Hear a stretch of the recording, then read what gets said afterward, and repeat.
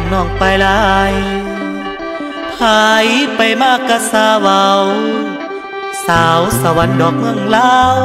อวยชาวฟ้าบ่งามทออ้ายมาพ่อพบเจ้า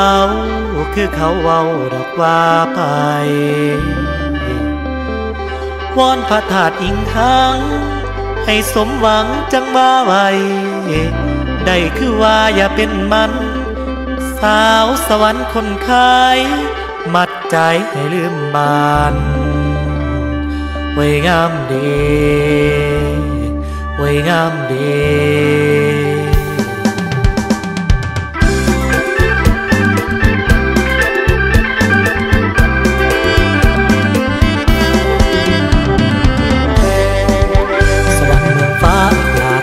มาแต่หึงแต่อ้ายไปบ่ถึงจังได้เลี้ยวเบิ่งเพียงตาสวรรค์เมืองคนดลใจให้อ้ายได้มาสวรรค์นาเขตคนเขาสามาพ่อและบ่อยากหนีสิพาว่าเมืองเรื่องลือระบือไปไกลสาวสวยผู้มวยสิ้นไหมมัดหัวใจอ้ายไว้มองนี้ตาคมผมขอดเนื้อฮักอ้ายจอดท่าใจคนดีได้มาพ่อและบ่อยากหนีสิพาชีวิตไว้ที่สวรรค์ไก่สอนนั้นสมน้ำลำคาสาวงามปานดอกฟ้ามาพ่อละพ่อลุงกินกล้วยกุ้งเบิ่งบึงว่าสะใจแล้วกลับไปจำพรบอนเพิ่นมีหอยต้มสมสุยเห็นตะเวนมองท้องที่สาวผู้ดียิ้มให้ทางอ้ายหลงคำพรหอดทุ่มพรแล้วบ่อยากจรจากไปแนวกินแซ่บถึกใจก็คือปิ้งไก่เซโนอาจสะอังทองมองนี่ของดีมีโชคได้พบสาวคนโกงามล้ำประจำเมืองดงเห็นนี่เป็นมองขายกิโลกบเขียดอังอ้อหากินบ่ฝืดเครื่องเห็ดละโงกมีสีขาวสีเหลืองอาจสะพรเป็นเมืองดงผู้สาวงามพระลานชัยเมืองไดโนเสาร์เก่าแก่สาวเมืองพีนหน้าแลงามหลายถ่ายลำอ้ายติดใจเฟ้อฝีมืองามทำสาวเสโปนคนงามอยากติดตามเป็นผู้ใจอาจสักโคยดึงใจอ้ายคึดนำสาวลูกครึ่งเวียดนามน้องงามบ่ซ้ำแบบไทยสายบุรีมีแต่สาวแก้มใสสุดสายตามันหมายฝากหัวใจถลนทั่ว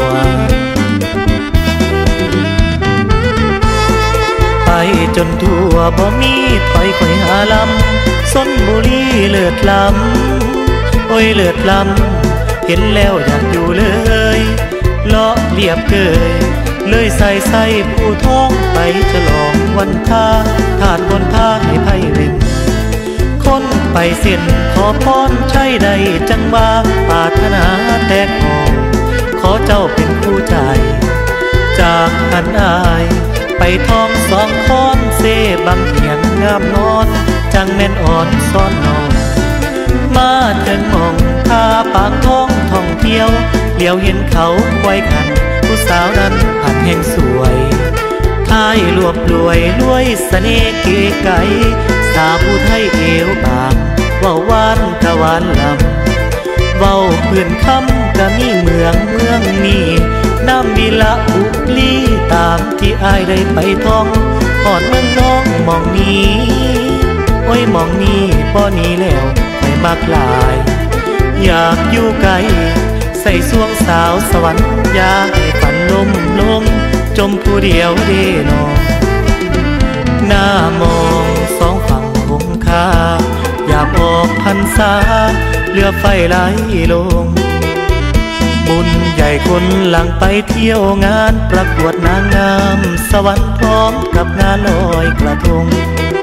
ไฟสว่างกลางลำน้ำโค้งกอดหัวใจใส่กระทงอย่าลงทางดังลงเธอ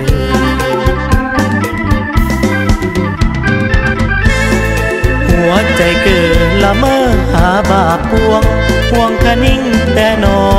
งของขาดแต่ผู้สาว บ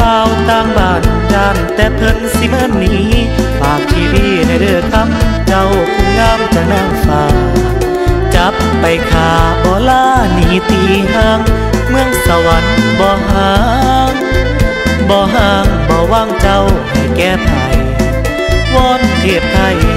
ดึงใส่สมปองวอนแม่ของอินทางให้ห่วมเฮือนอย่ามีห่าง